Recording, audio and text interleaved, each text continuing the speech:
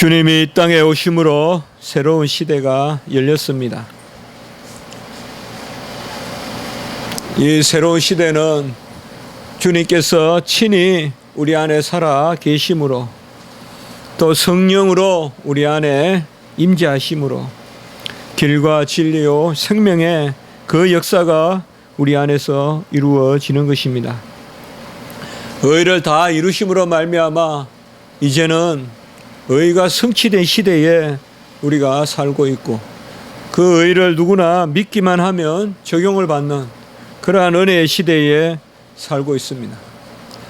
아직 덜 된 그러한 시대, 예비된 준비되는 시간이 아니라, 예표의 시간이 아니라 이제는 다 이루신 그러한 성취의 시대, 실체의 시대, 몸의 시대를 우리가 사는 것입니다.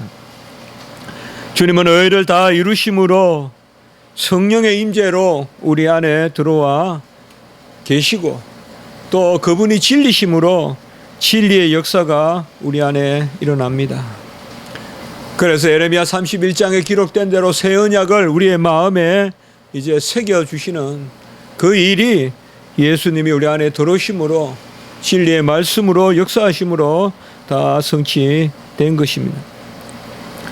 오늘 말씀에 보면 우리가 진리를 아는 지식을 받은 후라고 이렇게 말하고 있습니다. 26절에 구약시대 때도 왜 진리가 없었겠습니까? 왜 지혜가 없었겠어요?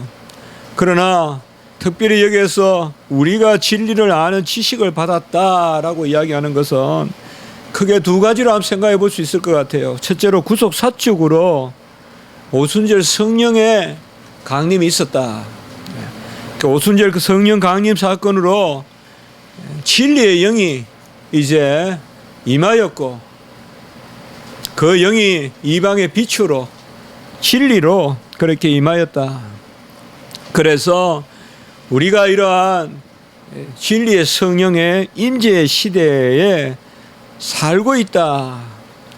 이것이 바로 진리를 아는 지식을 받은 후 첫 번째 구속 사적으로 그렇게 생각해 볼 수가 있을 것이요.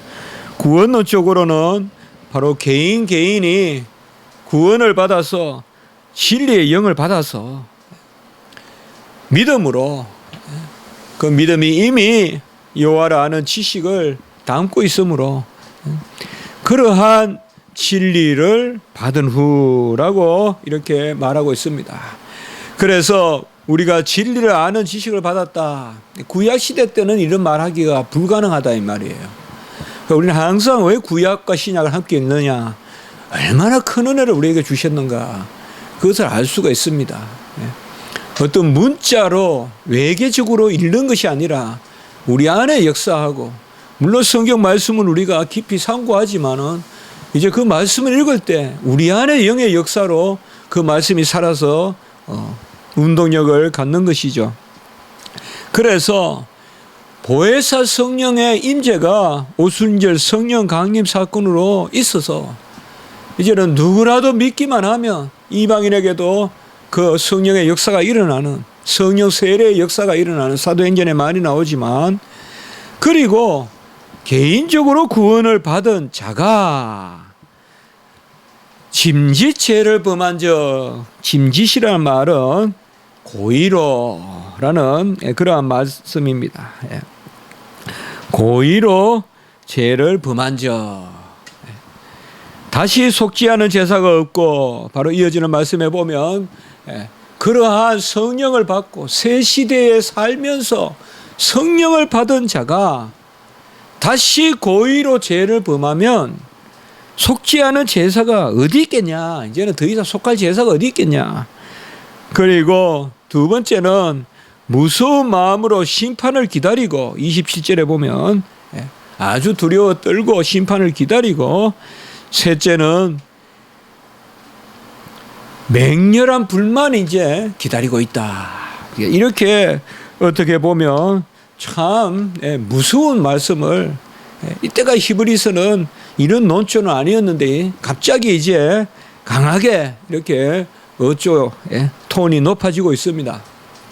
그래서 히브리인들이요, 이제 우리가 새로운 영을 받았으면, 또 새로운 시대에 살면 그럼에도 불구하고 짐짓죄를 범하면 무엇으로 우리가 다시 회복될 것이며 또 우리에게 남은 것이 무엇이겠느냐. 그저 무서운 마음과 또 무서운 마음을 벗어나도 끝내 우리가 죽으면 영원한 벌로 들어가는.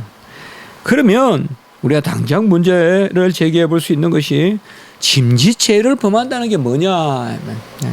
우리가 살면서 이러한 짐짓죄를 왜 범하지 않겠습니까? 그리고 누가 이것으로부터 자유롭겠습니까? 물론 대놓고 막 이게 내가 범죄다라고 막 나한테 다구치가지고 너 그거 하면 죽어 하는데 그걸 아는데 내가 범했다. 뭐 굳이 그렇게 말하면 하루에 그런 죄 안 지었다고 할 수 있지만 그건 너무 억지 해석이고요. 우리는 알고 모르고 다 짓습니다. 날마다 죄를. 인식하는 가운데 아니면 인식을 방치한 가운데 이미 알고 있는데도 아는 걸 숨기면서 모르는 체 하면서 그거 다 짐짓죄를 범하는 거거든요. 그러면 누가 살아남겠냐 이 말이에요. 우리가 다 그 영을 받고 그 시대에 사는데 날마다 짐짓죄를 범하는데 그러면 우리는 그냥 영원한 불행병만 바라보고 그냥 불안에 떨고 있어야 되냐. 이젠 더 이상 속지 않은 제사도 없고. 그러니까 여기 오늘 말씀의 중요한 포인트가 짐짓죄를 범하는 게 뭐냐. 이것을 우리가 잘 생각하셔야 됩니다. 이미 말씀에 어느 정도 실마리는 있어요. 우리가 진리를 아는 지식을 받았다. 여기에서부터 우리가 실마리를 풀어나갈 수 있어요. 성령을 받았다.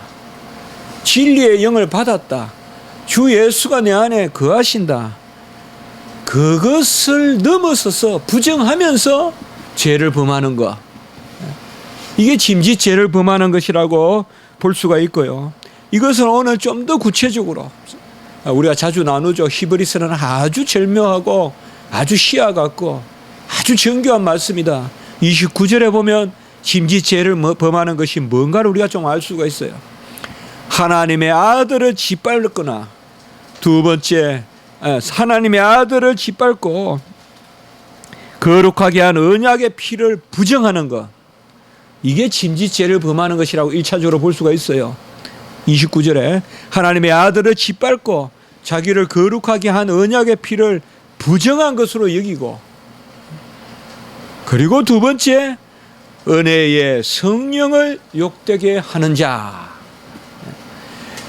자, 29절의 이 말씀을 우리는 짐짓죄를 범하는 고의로 죄를 범하는 26절의 말씀과 연결시켜 볼 수 있습니다. 이러면 이제 우리가 조금 말씀을 바라볼 수 있는 안목을 갖게 될 것입니다.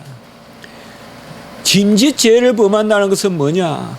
다른 것이 아니라 예수 그리스도를 인정하지 않고 하나님의 아들을 짓밟고 하나님의 아들을 부인하고 모욕하고 멸시하고 그리고 예수 그리스도의 피를 부정하는 사람. 이게 바로 짐짓죄를 범하는 것이다. 자, 예수 그리스도의 피를 부정하는데 무슨 제사가 있을 수 있겠어요? 그래서 아까 말씀에 더 이상 속지 않은 제사가 없다 이 말이에요. 우리 예수 그리스도의 피제사를 부인하는데 무슨 제사로 그것을 회복하겠냐 이 말이에요.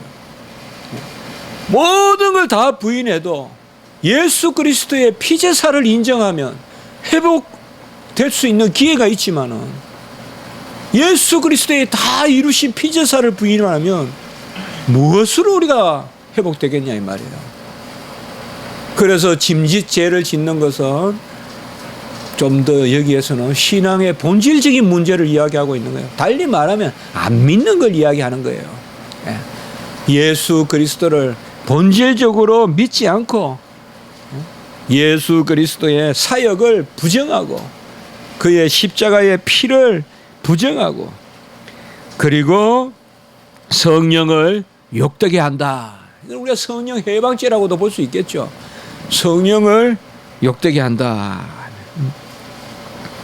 주가 내 안에 들어오신 것을 부인하고 성령의 소욕을 부인하고 성령의 새롭게 함과 성령의 회복시키심과 성령의 능력과 생명의 열매 맺게 하심을 부인하는 것. 우리가 성경을 보면 자질주의, 공로주의로 이런 것을 읽으면요, 내가 열심히 윤리적인 삶을 살다가 그렇게 못하면 하나님께 벌받겠지, 이런 식의 말씀은 없어요. 특별히 생명에 관한 말씀에 관해서는요, 하나님 앞에 상급에 관해서는 그렇게 말씀하시지만은 우리가 더 선을 행하기에 힘쓰고 해야지만 생명에 관한 말씀에 관해서 우리의 어떤 자질에 따른 행위, 공로, 그거 여하에 따라서 오늘 여기 말씀은 지금 성화로 읽을 게 아니라 이 말이에요. 항상 말씀은 그 말씀이 무엇을 전하는지 잘 알아요. 이 말씀을 성화를 전하는 말씀으로 읽어서는 안 된다 이 말이에요. 이 말씀은 칭의에 관한 말씀이에요. 그것은 누가 봐도 27절에 보면 맹렬한 불에 들어가는 것은 이것은 거듭나지 못한 바로 의롭다함을 받지 못한 사람 이야기, 생명에 관한 이야기예요. 그러면 오늘 여기 말씀에 짐짓죄를 짓는다는 말은 칭의, 중생 가정에서의 죄를 말한다고 볼 수 있어요.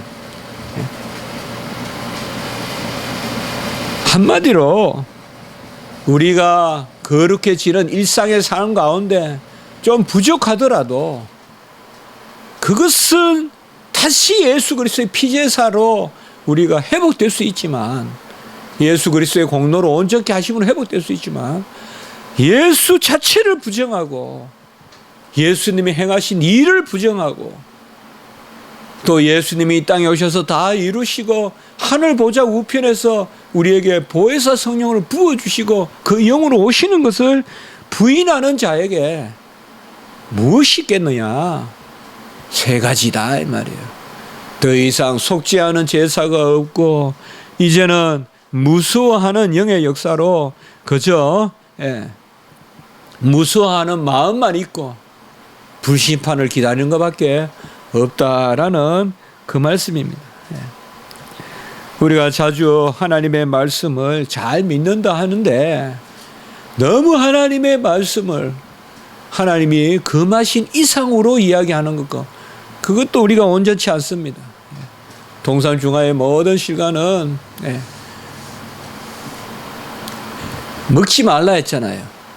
그러나 이걸 가장해서 만지지도 먹지도 말라 할 때도 한마디가 덧붙여지는 거잖아요. 우리 창세기에 보면 그대로 먹지만 말라 그랬지 만지지도 먹지도 말라. 이게 벌써 인간의 어떤 정서가 들어가는, 이게 벌써 따지는 마음이거든요. 이게 만지지도 말라 그랬다, 지금 그런 마음이란 말이에요. 잘 믿는다고 막 하나님의 말씀을 그저 막 얽어매는 거로 막 그렇게 아니죠. 이런 말씀은 야 죽었다 이제 뭐 우리가 어떻게 짐짓죄를 짓지 않냐, 짐짓죄가 고범죄인데 우리가 어떻게 고범죄를 짓지 않냐, 날마다 자범죄 짓지 않느냐, 뭐 사실 모르고 짓는다고 뭐 하고 알며 지은 죄가 있으면 용서하십시오. 그 기도는 좀 너무 무리한 기도예요. 알며 죄를 지었습니다라고 고백해야 돼요. 하루라도 알고 죄 안 짓는 날이 어디 있어요. 이미 알면서도 모르는 척하면서 넘어가는 거죠. 그렇지 않습니까? 알아요. 우리가 이미 말씀 알아요. 내 이웃을 내 몸과 같이 사랑하라. 그걸 모른다 할 수 있겠냔 말이에요. 그 말씀을 몰라서 모르고 죄 지었다, 몰라서 이웃 사람 안 도와줬다 할 수 있겠냔 말이에요. 다 그거 고범죄예요. 알고 지은 죄예요. 다 알고 지은 죄예요. 그러면 우리가 그것을 못 지키면 그냥 즉시 불심판이 임하느냐, 그렇게 읽는 말씀이 아니라 이 말이에요. 이 말씀은 결국은 뭐냐, 히브리 백성들의 근본 구원을 말씀해 주시는 그 영역의 말씀이라는 것을 우리가 기억할 필요가 있습니다. 그러므로 다시 우리가 여기서 한번 성령 해방죄를 정의해 본다면 오히려 이 말씀이 저는 사도행전의 아나니아 삽비라 그런 말씀에 성령 해방죄를 자주 인용하지만은 이 말씀이 성령 해방죄의 중요한 근거가 된다고 봅니다. 성령 해방죄라는 건 다른 것이 아니라는 거예요. 예수님의 인격과 사역을 부인하고 그가 다 이루시고 이제 우리 안에 영으로 들어오신 그것을 부인하는 것. 성령의 존재 자체를 부인하는 것이 성령 해방죄예요. 이미 성령이 내 안에 역사하고 성령이 내 안에서 움직이고, 사실 우리는 본질적인 걸 인정하면 다 쫓아가게 돼 있거든요. 본질적인 걸 인정하면 다 쫓아가게 돼 있어요. 아니다 거여가는 것 같아도 결국은 쫓아가게 돼 있거든요. 그렇게 나무가 힘이 있는 것 같아도 바람 부는 대로 움직이잖아요. 어느 산에 가보면 참 옛날에 제가 월악산인가 가보니까 나무가 전부 다 요만큼 이렇게 돌아서서 자라고 있어요. 바람이 그쪽으로 계속 부니까 그렇다는 거예요. 이렇게. 마찬가지거든요. 성령을 인정하면 바뀌거든요. 우리가 바뀝니다. 누워서 잘 때도 바뀌거든요. 그러니까 근본적인 본질적인 거, 그것을 지금 히브리 사람들이 부인하니까 말이에요. 아직까지 예수도 인정하지 않으려고 들고, 예수가 하신 일도, 오늘 여기 말씀을 얼마나 강하게 썼어요. 하나님의 아들을 짓밟고 어떻게 보면 그들이 예수님을 죽인 것보다 더 나쁜 것은 그 예수를 믿지 않는 것이에요. 예수를 죽인 것은 용서받을 수 있어요. 그러나 예수를 믿지 않는 것은 용서받을 길이 없는 것입니다. 사도 바울도 예수를 죽였어요. 예수를 부인하고 예수 믿는 사람을 죽였어요. 그래도 하나님이 사도 바울은 살리세요. 왜요? 그의 임한 영에 아멘 했기 때문에, 성령에 복종했기 때문에 하나님이 살리는 것입니다. 우리가 손에 피를 묻었고 우리 입술에 괴사가 있고 흉포가 있고 온갖 우리 마음에 시기와 질투가 있고 판단하는 것과 죽이고자 하는 마음이 있고 노가 있고, 그것을 따지면 우리가 어떻게 살겠어요? 그러나 하나님은 그것을 말씀하는 게 아니라 네가 나를 아느냐, 네가 나를 믿느냐. 우리는 오히려 역으로 오늘 말씀을 생각해 볼 필요가 있어요. 항상 하나님의 말씀은 저는 은혜로 읽어야 된다 봐요. 우리가 차질주의를 걷어낼 때 하나님의 말씀은 항상 은혜로 와닿았거든요. 달리 말하면 이제 속지 않은 제사가 없다 이 말씀이에요. 이제는 예수님의 계심과 행하심과 그가 내 안에 들어오신 성령의 역사를 믿는 자에게는 이제는 모든 제사가 완성됐고, 이렇게 우리는 아멘하는 거죠. 그리고 두 번째, 무서운 마음으로 심판을 기다리는 것이 아니라 이 땅에서 심판의 맛을 보고 이 땅에서 쓰라린 맛을 보고 지금 불안에 떠는 것이 아니라 우리는 부활과 영생의 맛을 보는 것이죠. 그리고 맹렬한 불이 기다리는 것이 아니라 하나님이 우리를 안아주시고 영원한 생명 가운데 사는 그러한 새하늘 같은 땅의 삶이 우리를 기다리는 것입니다. 우리가 죽은 후에 오늘 찬송도 그런 소망의 찬송을 마지막에 오늘 우리가 예배에 드렸지만, 참 죽음의 가운데서 이후의 삶을 아멘하는 건 당연한 건데 우리 성도들은 그걸 많이 새겨야 돼요. 근데 저도 생각을 해봤어요. 생각을 해봤어요. 한 가지밖에 없어요. 이 말씀을 믿는 거예요. 우리가 그냥 죽을 때도 믿는 거예요. 그냥 이 말씀을.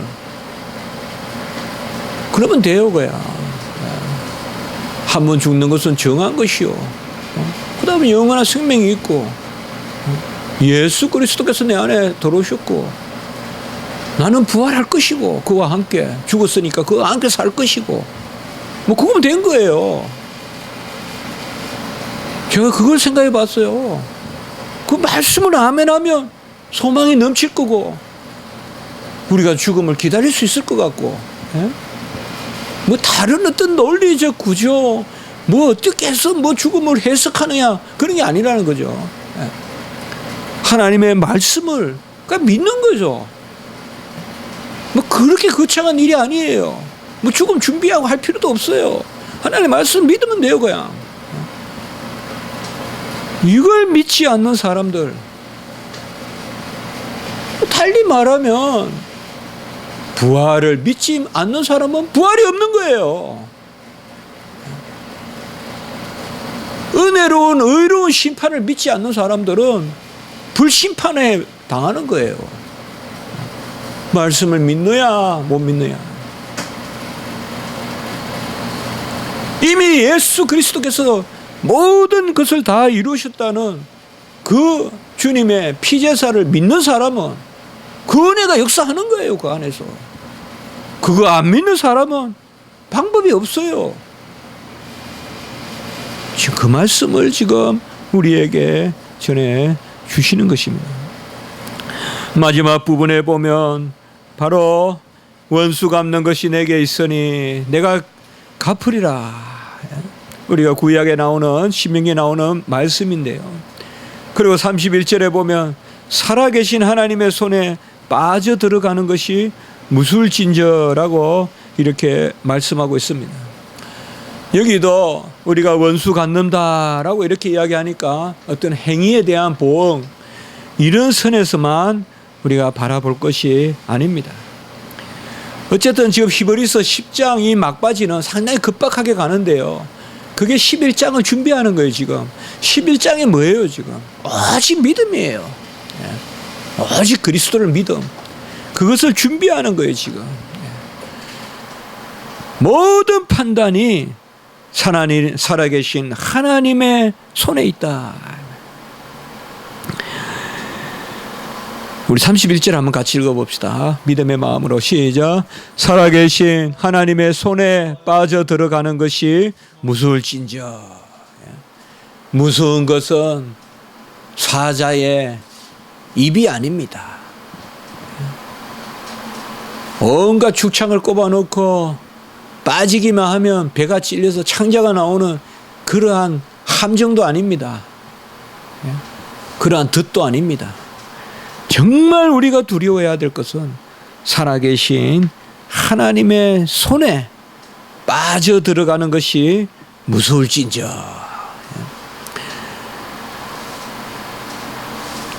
이것을 우리가 그저 성화 단계 행위로만 보면 얼마나 무서운 이야기예요.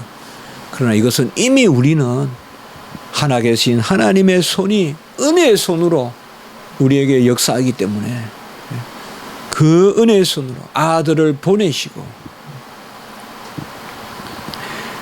결국 오늘 여기에서 결론적으로 우리는 세 가지를 생각할 수 있어요. 28절에 보면 모세의 법에 의하면 사람 두세 사람이 정인, 두 사람 세 사람만 정인 서면 죽일 수 있어요.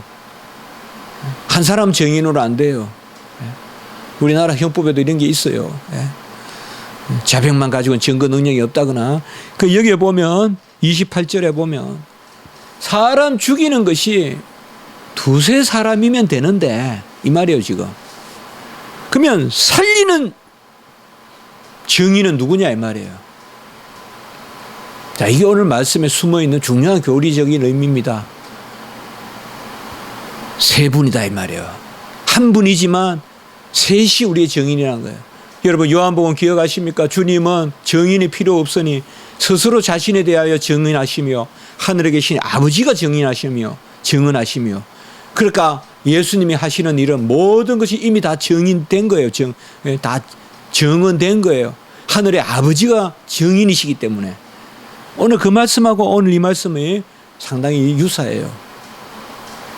우리가 사는 것도 우리가 죽지 않고 영생하는 것도 세 증인이 있다 이 말이에요. 결국 한 분이신데 그분이 바로 성부, 성자, 성령이라 이 말이에요.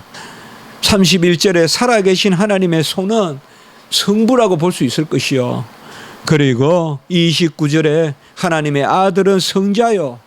그 밑에 나오는 은혜의 성령은 성령이요.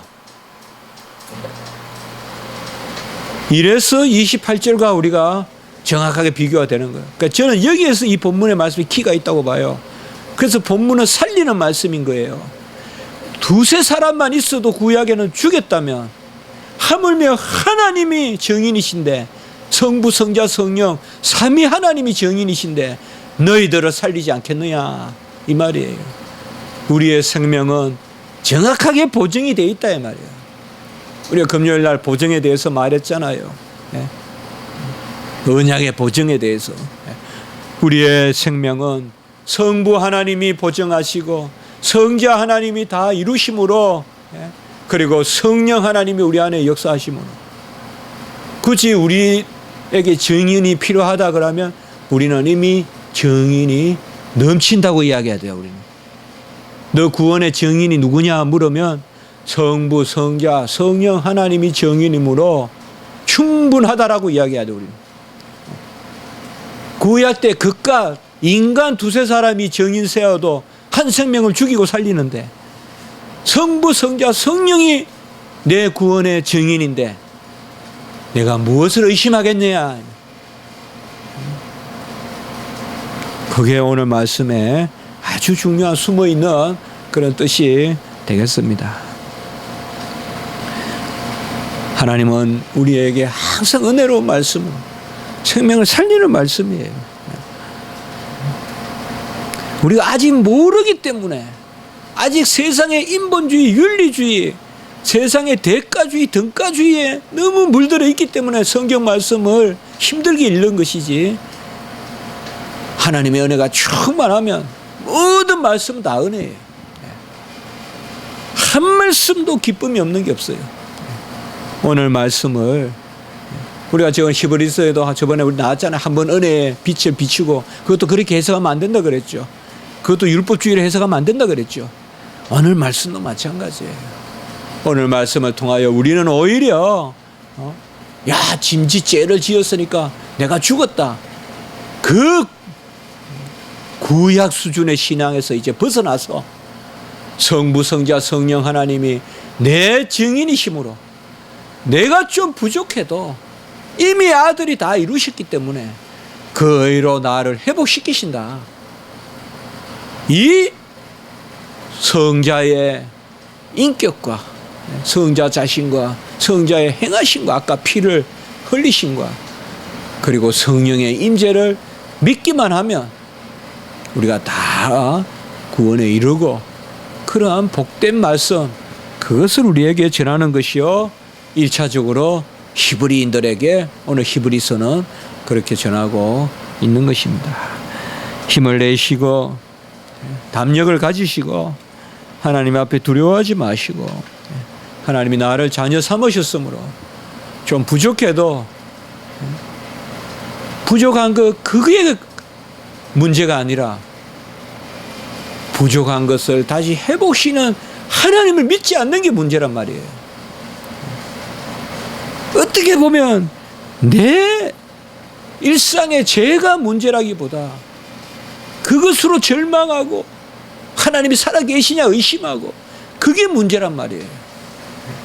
어떤 일이든 우리가 돌이키기만 하면 하나님은 미쁘시사 우리를 다시 안아주시기 때문에 우리가 부족하고 연약해도 주님 앞에 맡기고 모든 행사를 의뢰하고 때가 되면 세우실 것을 믿고 준비하고, 그렇게 우리가 하나님 앞에 나가면 좋겠습니다. 한번 기도드리겠습니다. 거룩하고 자비로우신 하나님 아버지, 아들을 보내시고 모든 것을 피의 제사로 다 이루시고 성령이 우리 안에 임하시고, 그것이 아버지의 손안에 우리가 드는 것으로 삼위일체 하나님의 그 증언으로 우리가 구원을 확신하게 하시고, 그 구원을 아버지여 참으로 고백하게 하시니 감사합니다. 주여, 원컨대 믿는 자녀로, 성령의 자녀로 주의 영의 임재가 우리 안에 있는 그 아버지여 은혜의 시대의 자녀로 살아가는 저희들이 성령을 해방하고 주를 거부하고 주를 부인하는 그러한 자리에 서지 않도록 주여 인도하여 주시옵소서. 주님의 다 이루심을 인정하게 하시고 그 가운데 내 은혜가 족함을 고백하는 저희들이 되게 해 주시옵소서. 오늘 한날 예배 가운데 은혜로 역사하시고 모든 성도님들 지켜주시고 우리의 심령을 깨끗하게 그릇으로 닦고 신부와 같이 단장하고 기름 준비하는 신부같이 되게 하셔서 오늘 한날 예배 가운데 온전히 우리 주님을 만나고 말씀을 듣는 시간이 되게 해 주시옵소서. 예배 순서마다 은혜를 베푸시고 말씀 전하는 주의 일꾼들 위해 주님 은혜를 더하여 주시고 오늘 부서 모임과 모든 아버지여 주의 아버지여 일 가운데 은혜로 더하시며 오가는 우리 성도님들 지켜 주시옵소서. 구주 예수 그리스도 이름으로 감사하며 기도드리옵나이다. 아멘.